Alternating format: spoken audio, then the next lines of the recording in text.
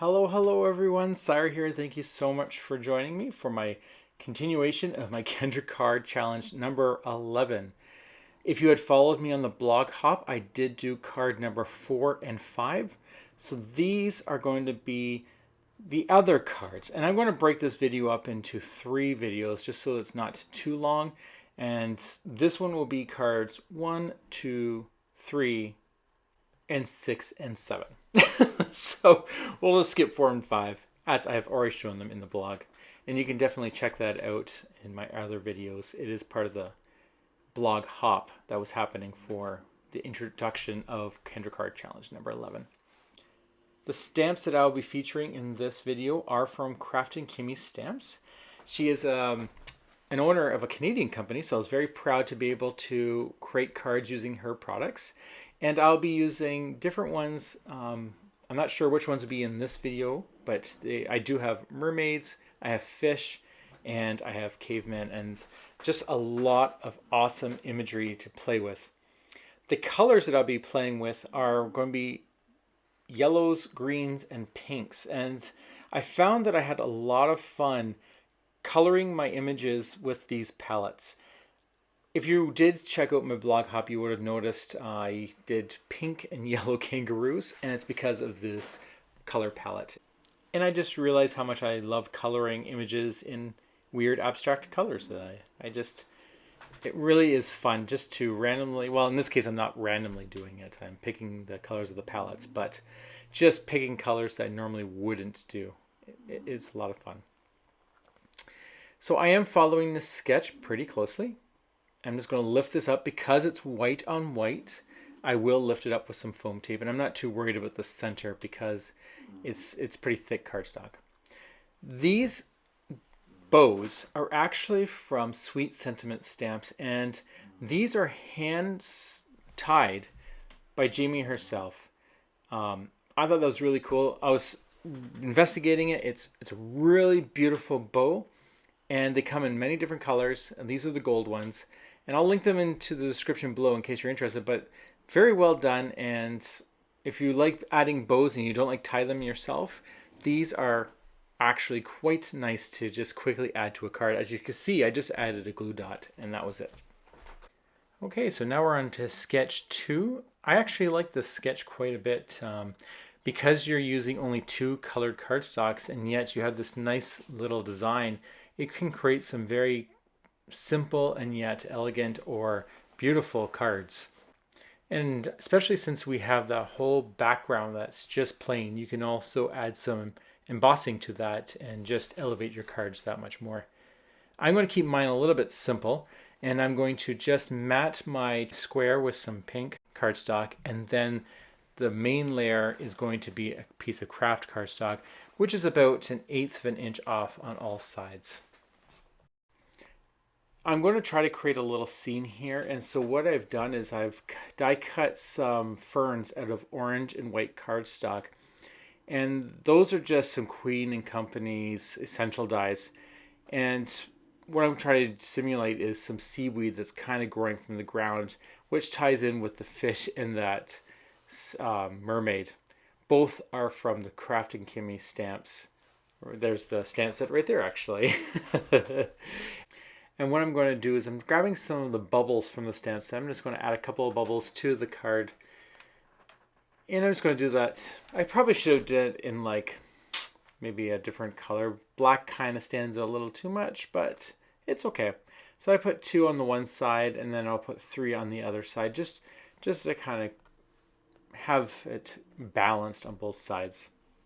It's actually hard to see the 1 because it's on the pattern paper, but I thought I'd give it a try and see how it goes. It kind of creates this little underwater scene, even though it's not blue or anything. Because I didn't leave any room for sentiment, I am going to just do it on the inside, and luckily I didn't drop it or anything, and it says have a magical day. I was planning on stamping the mermaid inside too. I might do that later. I actually seen some people do that, and it's kind of neat when you have the stamp on the inside matching the stamp on the outside. It's kind of makes it cohesive. And to go even further, you can do the same thing to the envelope. For card number 3, I'm bringing in this beautiful teal color that I've embossed in a polka dot, or a Swiss dot I think it's called, embossing folder. And I'm just going to continue with the underwater theme. And this is not part of the sketch, but I'm adding a little grounder. So kind of think of it as the ocean floor. And it's just a simple scrap of cardstock. I believe that's the craft cardstock from the previous card. And I'm going to do things a little differently this time.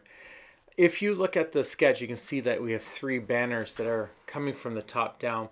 Well, because we're on the bottom of the ocean, I'm going to kind of imagine them as colorful coral or whatever fun things are under on the floor of the ocean, and they're going to be coming upwards. So I'm not going to make them into banners, but I'm just going to have them kind of like pillars. I did think about cutting them into almost like seaweed shapes, but because I don't have any extra of this paper, I really didn't want to take the chance of it not looking good. So I decided just to keep it like that. And then you can kind of imagine the circle is like a giant pearl. And to kind of give that feeling that's under the water, I'm not going to make these stand up straight because it wouldn't really look like it should if it was on the ocean. Having it kind of crooked just gives this nice playful under the water feel to it. Now before I move forward, I am going to add a sentiment to this. Normally I forget to do this, and then I'm trying to scramble or carefully add my sentiment without making mistakes, which is always asking for trouble. So luckily, if you do it first, if I made a mistake, I can always cut out another circle. And I did cut the bottom of that circle just a little bit so that it can get nice and flush to the bottom there. And I did once again cut some more of these dies from the Queen & Company's foundation dies, or essential dies. And then I'm going to add them as if they were seaweed coming up from the ground. And then you could just, the nice thing is you just kind of want them to go up because you have these big pillars. You kind of want to have more of these weeds coming up further up the card. And so I'm going to position the mermaid where I want her and then tuck in the seaweed around so that I can actually build it upwards without wasting space. I did choose colors that are similar to the ones in the pattern paper. So that's the pinks. I did pull in a little orange. There's not much orange in the pattern paper, but that yellow is kind of dark in some spots. And so I decided just to use some orange. Now I'm just trying to make sure that the sentiment is flush right in the groove between the rock and the mermaid. And what I'll do is I'll actually cut that a little bit more on the bottom of that circle just so I can move it down. I noticed that the sentiment wasn't perfectly positioned. And it would be even more noticeable once I prop this mermaid up with some foam tape. And then on the other side, just to continue the scene and kind of balance it, I've added this little crab. And I just colored it simple pink. And then adding another little piece of seaweed there on the right hand side of the circle. I think this is so cute.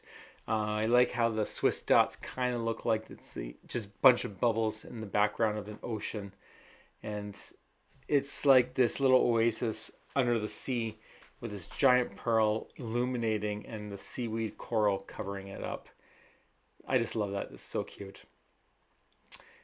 Okay, I believe this is card 6, and this time I'm going to, instead of embossing the background, I'm going to do some ink blending, and I'm just using some Concord and 9th ink. I can't remember what this one, if this is Tide Pool, and then I might bring in some Midnight, just make it a tad bit darker. I don't want it too dark, I just want it slightly darker than the cardstock itself. So there you go. You can kind of see it's just a little bit darker. I really like how that turned out. It's a nice gradient. And I'm not going to follow the sketch again. I'm still having this under the water theme going on that I'm really enjoying. So, and just like the last card, instead of having banners coming down, I'm going to have them coming up as if it were coral again. And this, I'm not going to have them perfectly straight. I'm going to have them just kind of this way and that. Not worried about, because that one piece is not directional. It is directional, and so it doesn't look that great. But because I'm kind of overlapping everything, you don't really notice that those pineapples are sideways. And then I'm just playing around with that. Because I did glue the bottom strip just slightly, I'm able to tuck them in and hold them there. And then what I'll do is I'll pick it up and glue all those strands down. It's just a nice, quick, easy way of doing this. Instead of, because normally what I do is I put them down, see how I like it, and then I'll pick them up and glue them one by one. But every time you do that, you do have a chance of misplacing where you originally had it. So this worked. It is wonky, but as I start building it up the scene, you won't notice the cluster too much, and it kind of just adds to it as the background. And I'm going to be using these dies again from Queen & Company, pretending these are all seaweed. I may have a seaweed die. Actually, I do, now that I think about it, because I just did a video for the June Spellbinders, and there's seaweed in there. But sometimes it's fun just to be imaginative and use the the dies that you have that may not actually be what they're supposed to be. To me, this looks like fun weeds and coral and just underwater plants. It's not meant to be, but it works really well. I do have to laugh. I'm having a hard time not laughing while I'm doing the voiceover of this one, but this little mermaid really, the way I colored it, it kind of looks like it's just staring in space, and I'm really happy with how I colored it just because I find coloring hair and faces really hard. But this one makes me laugh. It's just like she's just staring into the abyss. Like, it's kind of creepy actually, but I really like how it turned out. It's really funny. Anyways, as I'm building up the scene, you can see I'm just adding layers, and I'm just kind of making this collage under the sea. So you can see it's not standing out too much anymore. It's kind of balancing, and I'm able to add my sentiment, which I should have did earlier, and add my little fish in the top there, and I also have my little starfish, and it's just going to create this nice underwater scene. So you can take this as an opportunity to not be forced to do exactly what the sketch says. I'm still using all the paper that's given for this sketch, but I'm creating an actual scene with it and just having fun with it, seeing what I can create. You can go all out. You can make real art pieces if you really want to. You don't have to. Creating it exactly as the sketch is also a lot of fun, and I do that sometimes as well. I just like to take my pattern paper and do exactly what the sketch shows and just make some nice cards. But definitely don't feel like you're restricted. It is all to be fun and just enjoy in the process. Okay, so I think I'm done with that.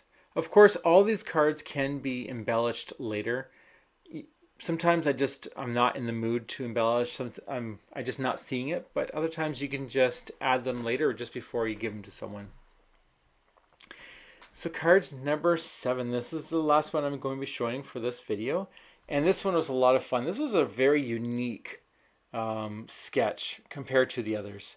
All you have is these 3 little strips. Actually, technically you only have 2 little strips, and then I added a yellow strip to tie it in.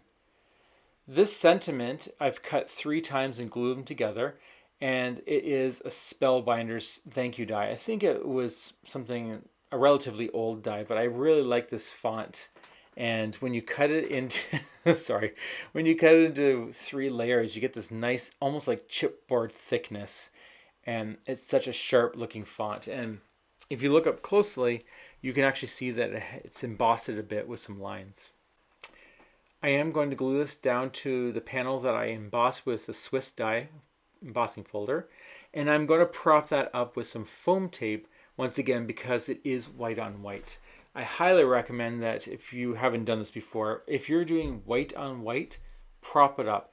You will see a huge difference on how your card looks. It just has this nice elegancy because you're creating that shadow all around from lifting it. I'm going to keep this card very simple. I'm not going to do the flower on the one side because my sentiment takes up most of that area. And I'm just going to add my little mermaid here and using some tweezers so I can see better and just plop her down right in the other side. And that's it. That is how many cards? That's 5 cards? 6 cards. 1, 2, 3, 6, 7. 5 cards. That went by very fast, but I had a lot of fun creating these cards, and I can't wait to show you the rest of them, and the videos will be coming out quite shortly. I do hope you enjoyed this. Don't forget about Kendra Card Challenge. Check it out if you've never heard of it. I'll put some information in the description box below so you can check it out. It is a free challenge, and you can win some awesome prizes. There's quite a few of them. Kraftin Kimmie Stamps is one of the sponsors, and I am so glad to be able to showcase some of her products. So until the next time, have a wonderful day, and I'll talk to you all later. Bye.